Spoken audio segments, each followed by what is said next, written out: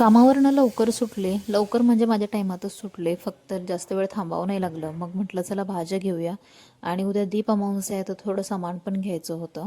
उद्या नाही, आज आहे दीप अमावस्या, तर सामान पण घ्यायचं होतं. मग ते घेतलं. हल्ली ना व्लॉगला माझ्या व्ह्यूज येत नाही. भरपूर लोकांचं म्हणणं आहे, कारण मी time to time vlog upload नाही करत. आता सण भरपूर सुरू होतील आणि मग मला जेवणाची ऑर्डर मिळतील. आणि मिळतातच मला कायमच अधूनमधून पण.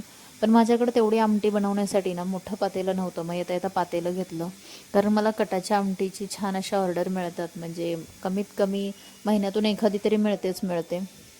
तर मग म्हटलं पातेलं घ्यावंच. तर हे एवढं पातेलं आहे, 6-7 लोकांची आमटी आरामात बनेल याच्यात. आणि मग मी ते घेतलं. छान ना घास मिसरी. माझं पिल्लू होमवर्क करते, मी ते रेकॉर्ड करते. हा उलटच लिहितो सगळं बाबा.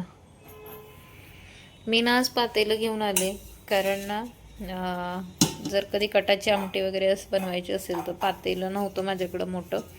येता येता शेगडी रिपेअर करायला गेले, तर येता येता नवीन शेगडीचं बटन तुटलं होतं, त्यासाठी गेले होते. त्यांच्याच दुकानातूनही घेतलं पातेलं. छान आहे, छान लागलं. आज दीप अमावस्या आहे म्हणून घरी आले, डोकं धुतलं आणि छान अशा आरत्या लावल्या. बाहेर खूप खराब होतं सगळं. काय नको, स्कूलमध्ये पेन्सिल आहे. तू तुझ्या बॅगमध्ये भर सगळं जर पटापट.